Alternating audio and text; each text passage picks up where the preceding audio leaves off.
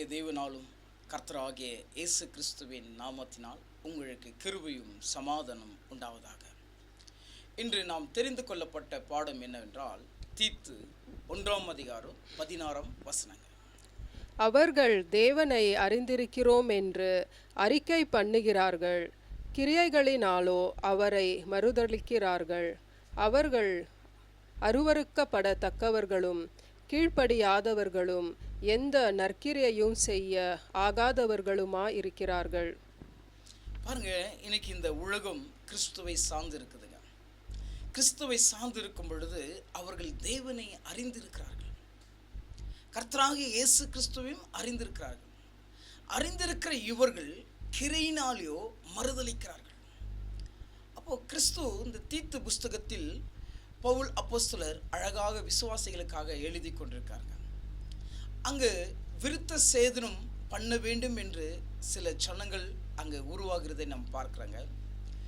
வயநஞ்சகமாய் தேவனுடைய வார்த்தை மற்ற சனங்கள் மத்தியில் பேசி அவர்கள் வேறு விதமாய் கொண்டு போகத்தக்கதாக விசுவாசிகள் விழுந்து போகிறதை தீத்து புஸ்தகத்தில் நாம் பார்க்கிறோம். தேவன் யார் என்பதை நீங்கள் அறிந்திருக்கிறீர்கள், ஆனால் கிரையினாலே நீங்கள் அவரை மறுதலிக்கிறீர்கள். அருவருக்கப்படத்தக்கதாக கீழ்ப்படியாதவர்கள் எந்த நற்கிரியை செய்ய ஆகாதவர்களுமாய் இருக்கிறார்கள். அப்போ கிறிஸ்துவை அறிந்திருக்கிற கிறிஸ்தவர்கள் எந்த நற்கிரைகள் அவர்களிடத்தில் நிலை கொண்டில்லாதபடிக்கு அவர்கள் தேவனை மறுதலிக்கிறார்கள். விசுவாசிக்கிறாங்க, தேவன் யார் என்றது அறிஞ்சு கொள்கிறாங்க, ஆனால் தன் வாழ்க்கை நடைமுறை விஷயத்தில் அவர்கள் உண்மையாக தேவனுக்குரியதை சிந்திக்க வேண்டியதாக இருக்குதுங்க.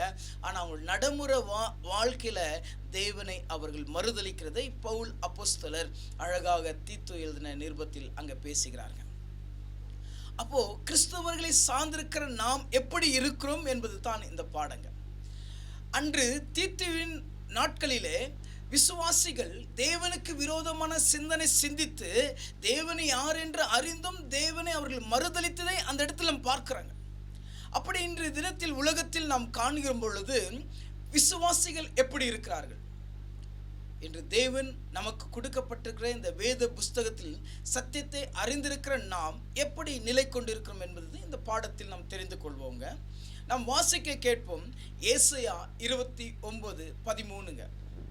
இந்த ஜனங்கள் தங்கள் வாயினாலே என்னிடத்தில் சேர்ந்து தங்கள் உதடுகளினால் என்னை கனம் பண்ணுகிறார்கள். அவர்கள் இருதயமோ எனக்கு தூரமாய் விலகி இருக்கிறது.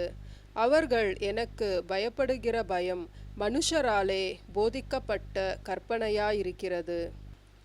வாயினால தேவனை அறிக்கை செய்கிறார்கள், அதே வாயினாலே தேவனை துதிக்கிறார்கள், ஆனால் அவருடைய இருதயமோ தூரமாக இருக்கிறது. அப்படி என்றால் கிறிஸ்துவை சார்ந்திருக்கிற நாம், தேவனுடைய வார்த்தைகளை கேட்கிற நாம், கிறிஸ்துவை நாம் அறிந்திருக்கிற நாம், கிறிஸ்துவுக்குரிய சிந்தையை கொண்டு நாம் நடக்காதபடிக்கு நம்முடைய இருதயமானது தூரமாய் கடந்து போய் கொண்டிருக்குதுங்க. அப்போ நம்ம இருதயம் எதை சார்ந்து இருக்குதுங்க? அப்போ பிதாவாகிய தேவனை நாம் அறிந்திருக்கிறோங்க, கர்த்தராகிய இயேசு கிறிஸ்துவையும் அறிந்திருக்கிறோங்க. இருவரையும் அறிந்திருக்கிற நாம் வேதத்திலிருந்து தேவன் அநேக விதங்களை நம்ம கற்றுக் கொடுத்துருக்காருங்க. இதெல்லாம் கற்றுக்கொண்டிருக்கிற நான் தன்னைத்தான் வெறுத்து தன் சிலுவை எடுத்து இந்த உலகத்தில் கனி கொடுத்து கொண்டிருக்கிறேன். அப்போ நான் வாயினால் அவரை துதிக்கிறேங்க, பிதாவாகிய தேவனிடத்துல நான் கடந்து சென்று அவரை ஸ்தோத்தரிக்கிறேங்க, இயேசு கிறிஸ்துவை அறிந்து அவரிடத்தில் என் விண்ணப்பங்களை ஜெபத்தை ஏறெடுக்கிறேங்க. எல்லாவற்றையும் நான் செய்யும் பொழுது, ஆனால் என் இருதயமோ அவரை மகிமைப்படுத்தாதபடிக்கு அது தூரமாய் கடந்து போய் கொண்டிருக்குதுங்க. அப்போ நான் என் இருதயம் தூரம் கடந்து போய் கொண்டிருக்குது என்றால் நான் அவரை அறிந்திருக்கிறேன். அன்று தீத்துடைய நாட்களில் விசுவாசிகள் எப்படி தேவனை மகிமைப்படுத்தாமல் மறுதலித்து போனார்களோ, அப்படி இன்னைக்கு கிறிஸ்துவர்களாகி இருக்கிற நாமும் விசுவாசிக்கிறோம், ஆனால் நடைமுறை வாழ்க்கையில் தேவனை மறுதலித்து நம்முடைய இருதயத்தின் மனப்போன போக்கில் இந்த பூமியில் நிலை கொண்டு கனி கொடுக்குறாங்க. என் அன்பு சகோதர சகோதரிகளே, கர்த்தராகிய இயேசு கிறிஸ்துவை அறிந்திருக்கிற நாம் இந்த பூமியில அவருடைய நாமத்தை அறிந்திருக்கிற நாம் அவரை மகிமைப்படுத்தும்படி, நம் நற்கனிகள் மகிமைப்படுத்தும்படி மற்ற ஜனங்கள் மத்தியில் நிலை கொண்டிருக்க வேண்டுங்க. நீங்கள் கிறிஸ்துவை துதிக்கிறீங்க, கிறிஸ்துவை ஆராதிக்கிறீங்க, எல்லாவற்றையும் நீங்கள் செய்யும் பொழுது, ஆனால் உங்களுடைய இருதயம் மாத்திரம் தூரம் போய் கொண்டிருக்குதுங்க. என் அன்பு சகோதர சகோதரிகளே, நாம் எதைக்குரியவர்களாக இருக்கிறோம்? விசுவாசித்து தேவனை உண்மையாய் பின்பற்றி நடக்கிறவர்களா இருக்கிறோமா? இல்லை என்றால் நான் விசுவாசிக்கிறேன், ஆனால் நடைமுறை வாழ்க்கையில் நானும் தீத்துடைய நாட்களில் இருந்த விசுவாசிகளைப் போல தேவனை மறுதலிக்கிறேன். எசேக்கியேல் 33:31. ஜனங்கள் கூடி வருகிற வழக்கத்தின்படி உன்னிடத்தில் வந்து உனக்கு முன்பாக என் ஜனங்கள் போல் உட்கார்ந்து உன் வார்த்தைகளை கேட்கிறார்கள். ஆனாலும் அவர்கள் அவைகளின்படி செய்கிறதில்லை. அவர்கள் தங்கள் வாயினாலே இன்பமாய் பேசுகிறார்கள், அவர்கள் இருதயமோ பொருளாசையை பின்பற்றி போகிறது. பாருங்க, தேவனுடைய வார்த்தை தேவ ஆலயத்தில் கூடி வந்து தேவனுடைய வார்த்தைகளை தியானித்து கேட்கிறார்கள். ஆனால் அவர்கள் தியானித்து கேட்ட பிறகும் ஆனால் அவர்களுடைய இருதயம் மனப்போன போக்கிலே போய் கொண்டிருக்குதுங்க. என் ஜனங்கள் வழக்கத்தின்படி கூடி வருகிறார்கள், தேவாலயத்தில் நிலை கொள்கிறார்கள், தேவனுடைய வார்த்தையை கேட்கிறார்கள். ஆனால் தேவனுடைய வார்த்தை அவர்கள் கேட்டு கூட அவருடைய இருதயத்தின் மனம் போன போக்கில இன்பமான விஷயங்களை, அவர்களுக்கு ஏற்ற இன்பமான விஷயங்களை பேசுகிறார்கள். என் அன்பு சகோதர சகோதரிகளே, நாமும் வழக்கத்தின்படி கிறிஸ்துடைய ஆலயத்துக்கு கடந்து சென்று போய் இன்பமான வார்த்தைகளை பேசி நான் பொருள் ஆசைக்குள்ளாக நிலை கொண்டிருக்கிறேன். அப்படி இல்லாத இருக்கும்படி தேவன் பவுல் அப்போஸ்தலர் மூலமாக இன்று தினத்தில் நம்ம இடத்தில் பேசிக் கொண்டிருக்காருங்க. என் அன்பு சகோதர சகோதரிகளே, நாம் வழக்கத்தின்படி ஆலயத்துக்கு கடந்து சொல்கிறேங்க, அநேக இடத்துல தேவனுடைய வார்த்தைகளை கேட்குறேங்க, ஆனால் விசுவாசம் பலப்படுதுங்க. ஆனால் என்னுடைய இன்பமான பேச்சினால தேவனை நான் மறுதலித்து கொண்டு இருக்கிறேங்க. என்னுடைய பொருள் ஆசையினால நான் தேவனை மறுதலித்து கொண்டிருக்கேங்க. தன்னைத்தான் வெறுத்து தன் சிலுவை எடுத்து என் பின்னாக வா என்று இயேசு கிறிஸ்து சொன்னதை போல நம்மை இந்த உலகத்துக்கு செத்து தேவ நீதிக்காக பிழைக்கணும் என்றால் நான் அப்படி நிலை கொண்டு இல்லாதபடிக்கு இன்பமானவை தேடிக்கொண்டிருக்கிறேங்க. பொருள் ஆசை என்னை மேற்கொண்டு நாடுகிறதுங்க. அன்பு சகோதர சகோதரிகளே, நாம் தேவனை அறிந்திருக்கிறோங்க, ஆனால் கிரையினால அவரை மறுதலிக்கிறாங்க. அப்படி செய்யக்கூடாது என்பது தேவன் கற்றுக் கொடுக்கிறாங்க. தீர்த்திருந்த காலகட்டத்தில் விசுவாசிகள் அப்படியே செய்தார்கள். இன்று நம்முடைய காலகட்டத்தில் அதே வண்ணமாய் நாம் நிலை கொண்டிருக்காதபடிக்கு தன்னைத்தான் வெறுத்து தன் சிலுவை எடுத்து அவரை பின்பற்றி நடக்க வேண்டும் என்பதை தேவன் கற்றுக் கொடுக்கிறார். சகோதர சகோதரிகளே, உங்களை அழைத்தவர் பரிசுத்தர், ஆகையால் நீங்களும் பரிசுத்தராயிருங்கள். உங்களை அழைத்தவர் உண்மை உள்ளவர், ஆகையால் நீங்களும் உண்மை உள்ளவர்களாயிருங்க. நீங்கள் எதை விதைக்கிறீர்களோ அதை நீங்கள் அறுக்கிறீர்கள். தீங்குக்கு தீங்கு செய்யாதபடிக்கு நன்மையை நாடும்படி தேவன் கற்றுக் கொடுக்கிறார். நீங்கள் கிறிஸ்துவைக்குரியவர்களாக இருக்கிறீர்கள் என்றால் கிறிஸ்து வரும்பொழுது அவருக்கு முன்பதாக நிற்கத்தக்கதாக உங்களை இந்த பூமியில் சீர்படுத்திக் கொள்ளும்படி தேவன் வேதத்திலிருந்து அநேக விஷயங்கள் நம்மளுக்கு கற்றுக் கொடுக்கிறாருங்க. நாம் வாசிக்க கேட்பங்க. மல்கியா 1:6. குமாரன் தன் பிதாவையும் ஊழியக்காரன் தன் எஜமானனையும் கனம் பண்ணுகிறார்களே, நான் பிதாவானால் என் கனம் எங்கே? நான் எஜமானனானால் எனக்கு பயப்படும் பயம் எங்கே என்று சேனைகளின் கர்த்தர் தமது நாமத்தை அசட்டை பண்ணுகிற ஆசாரியர்களாகிய உங்களை கேட்கிறார். அதற்கு நீங்கள் உமது நாமத்தை எதினாலே அசட்டை பண்ணினோம் என்கிறீர்கள்? குமாரன் தன் பிதாவையும் ஊழியக்காரன் தன் எஜமானையும் கனப்படுத்துகிறான். நான் பிதாவானால் என் கனம் எங்கே? பாருங்க, இன்று தினத்தில் நாம் ஜீவனோடு ஜீவிக்கிறோம் என்றால் அவர் கொடுத்திருக்கிற இந்த ஜீவ சாசம் இருக்கிறதுனால நாம் ஜீவனுள்ளவர்களாய் ஜீவிக்கிறோங்க. அப்படி தேவன் கொடுத்திருக்க இந்த ஜீவ சுவாசத்தை பெற்று நான் நிலை கொண்டிருக்கிறவன் அவரை மகிமைப்படுத்தாதபடிக்கு உலகத்துக்குரியவனாக இருக்கிறேங்க. நீங்கள் வழக்கத்தின்படி ஆலயத்துக்கு கடந்து செல்றீங்க, நீங்கள் வழக்கத்தின்படி ஆலயத்துக்கு கடந்து வரீங்க. வந்த பிறகு உங்களுடைய இன்பமான சந்தோஷத்தில் நீங்கள் இன்பமான பேச்சில் நிலை கொண்டு பொருளாசை மேலே நிலை கொண்டு இருக்கிறீர்கள் என்றால் நீங்கள் விசுவாசிக்கிறீர்கள், ஆனால் கிரையினால தேவனை மறுதலிக்கிறீர்கள். இந்த பூமியில் இருக்கிற ஜனங்கள் உங்களுடைய நற்கிரைகளை பார்த்து பரலோகத்தில் இருக்கிற பிதாவை மகிமைப்படுத்தினாங்க. அப்போ நீங்க பிதாவை கனப்படுத்தி கொண்டு இருக்கிறீங்க. என் அன்பு சகோதர சகோதரிகளே, குமாரன் பிதாவை கனப்படுத்துகிறான், ஊழியக்காரன் தன் எஜமானை கனப்படுத்துகிறான். நான் பிதாவானால் என் கனம் எங்கன்னு கேட்கிறாருங்க. அப்போ நாம் கிறிஸ்துவை சார்ந்திருக்கிறோம் என்றால் பிதாவை கனப்படுத்தி கொண்டு இருக்கிறோமா? இல்லை என்றால் பிதா இருக்கிறார் என்று விசுவாசித்து என்னுடைய கிரை நாள் நான் வரும் பொழுது மறுதலித்து கொண்டிருக்கிறேனா? நான் வாசிக்க கேட்பேங்க. 1 சாமுவேல் 15:22.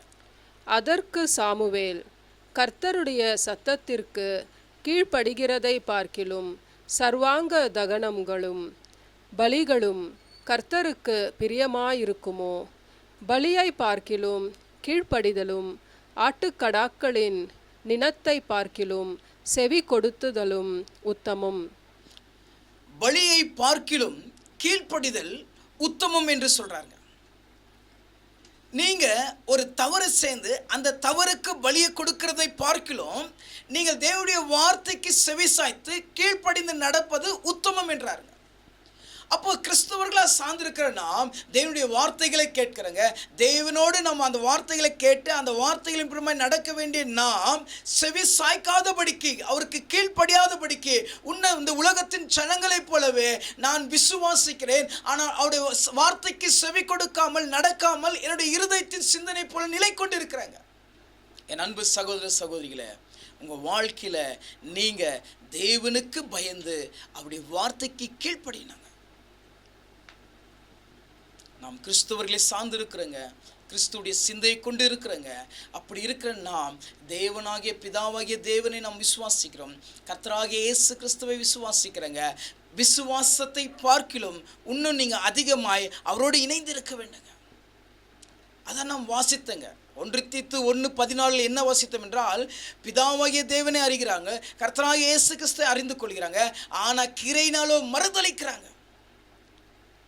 நாம் அப்படி செய்யாதபடிக்கு பலியை பார்க்கிலும் கீழ்ப்படிதல் உத்தமம் என்று கற்றுக் கொடுக்கிறாருங்க. அந்த கீழ்ப்படிதல் நம்ம இடத்துல உண்மையா இருக்கணுங்க. தேவனுடைய வார்த்தையை கேட்கிற நான் என்னுடைய வாழ்க்கையின் நடைமுறையில் தேவனை சார்ந்த அந்த நீதியும் உத்தமனாய் நான் நிலை கொண்டு இருக்க அப்படிப்பட்ட பழியை தேவன் என்னிடத்துல கேட்கிறாருங்க. நீங்க ஜீவ பலியாய் ஒப்பு கொடுத்திருக்கிறீர்கள் என்றால் இந்த உலகத்திற்கு, உங்களுடைய ஆசைகளுக்கு, நீங்க எப்போ உங்களுடைய இச்சைகளுக்கு நீங்க விழுகிறீர்களோ அப்போ தேவனுக்கு உகந்த காணிக்கையை மாறிக்கொண்டு இருக்கிறீங்க. உங்களுடைய இருதயம் மனப்போன போக்கிலே போய்கொண்டு இன்பமான வார்த்தைகளை பேசிக்கொண்டு உங்களுடைய இருதயமானது இந்த உலகத்தின் பொருளாசை மேலே நிலை கொண்டிருந்தால் தேவனுக்குள் நாம் நிலை கொண்டு இல்லை என்பதை புரிந்து கொள்ள வேண்டுங்க. என் அன்பு சகோதர சகோதரிகளே, பலியை பார்க்கிலும் தேவன் கீழ்ப்படிதல் உத்தமம் என்று சொல்றாருங்க. நம்ம இடத்துல அந்த கீழ்ப்படிதல் வேணுங்க. தேவன் வார்த்தை கேட்குறங்க, அதன் பெருமாய் நடக்க, தேவனோடு அந்த வார்த்தைக்குள் நிலை கொண்டிருக்க, நாம் உண்மையாய் அவரோடு நிலை கொண்டிருக்க வேண்டுங்க. நாம் வாசிக்க கேட்போங்க. யாக்கோப் 2:14. என் சகோதரரே, ஒருவன் தனக்கு விசுவாசம் உண்டென்று சொல்லியும் கிரியை இல்லாதவனானால் அவனுக்கு பிரயோஜனம் என்ன? அந்த விசுவாசம் அவனை ரட்சிக்குமோ? அப்போ தேவனை அறிகிறங்க, கர்த்தராகிய இயேசு கிறிஸ்து அறிகிறங்க, ஆனால் நடைமுறை வாழ்க்கையில் நான் உண்மையாக நடக்க வேண்டிய நேரத்தில் நான் நடக்காத விசுவாசத்தில் நான் நிலை கொண்டிருக்கிறதுனால அந்த விசுவாசம் உங்களை ரட்சிக்குமா என்று கேட்கிறாருங்க. இயேசு கிறிஸ்து இந்த பூமிக்கு வந்து பிதாவுடைய சித்தத்தை முழுமையாக நிறைவேற்றி கடந்து சென்றாருங்க. அவர் பிதாவுக்குரிய விசுவாசத்தில் உண்மையாக இருந்து கிரியினால செய்து முடித்து கடந்து சென்றாருங்க.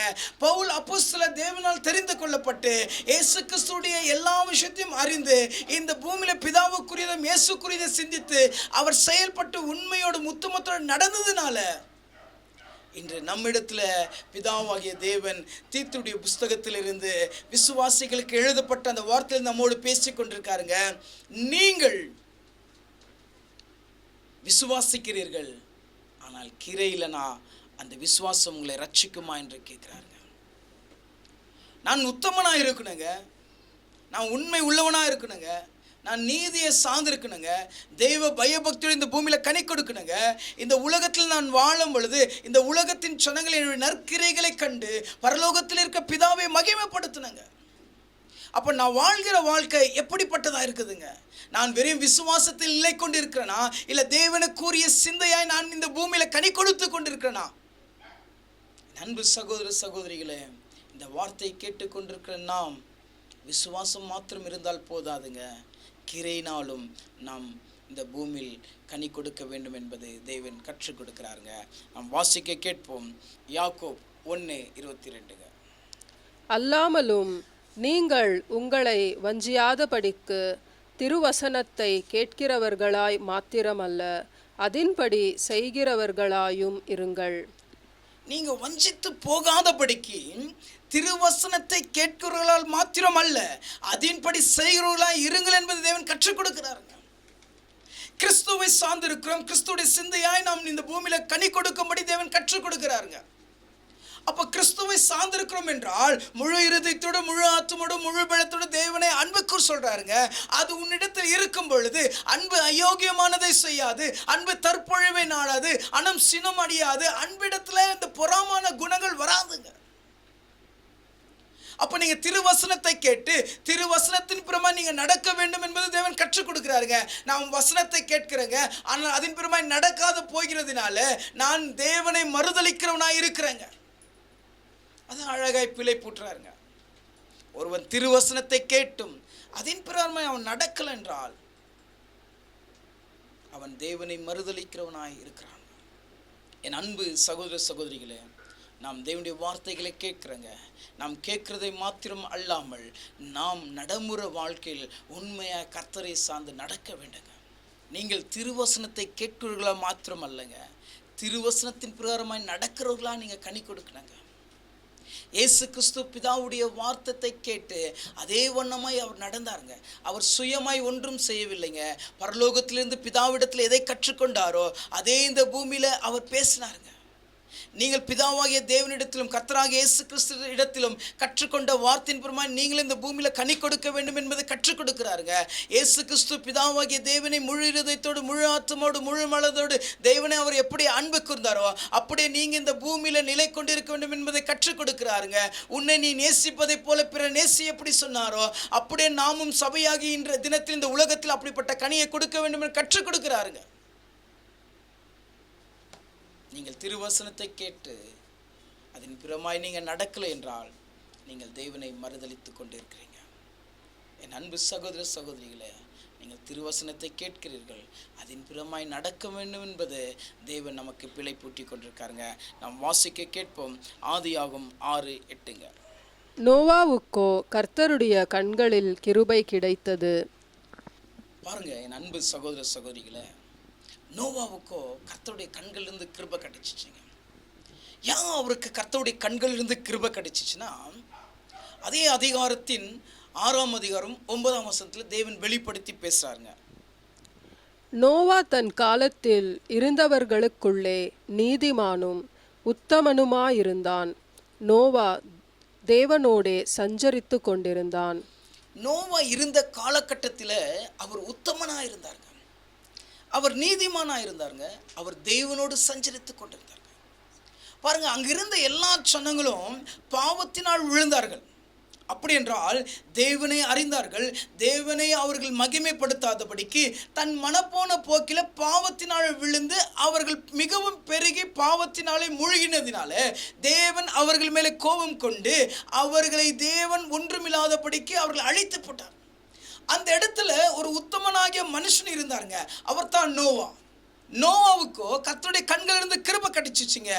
ஏன் அவருக்கு கிருபை கிடைச்சிச்சுன்னா, அவர் உத்தமனா இருந்தாருங்க, அவர் தேவனோடு சஞ்சரித்து கொண்டு இருந்தாருங்க, அவர் நீதிமானா இருந்தாருங்க. அதனால தேவனுடைய கண்களிலிருந்து அவருக்கு கிருபை கிடைச்சிச்சுங்க.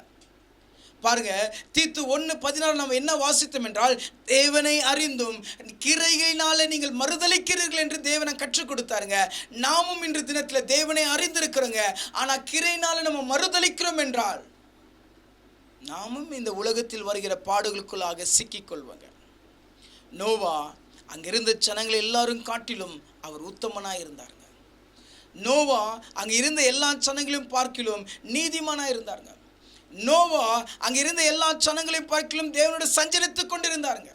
அப்படி நீங்களும் உத்தமனா இருக்கிறீர்களா, அப்படி நீங்களும் நீதிமானா இருக்கிறீர்கள் என்றால், அப்படி நீங்களும் தேவனுடைய சஞ்சரித்துக் கொண்டு இருக்கிறீர்கள் என்றால், நோவாவை காப்பாற்றினதை போல இந்த உலகத்தின் அழிவுக்குள்ளாக கடந்து போகும் பொழுது என் தேவன் உங்களையும் காப்பாற்றுவார் என்பதை தேவன் வேதத்திலிருந்து நம்ம கற்றுக் கொடுக்கிறாருங்க.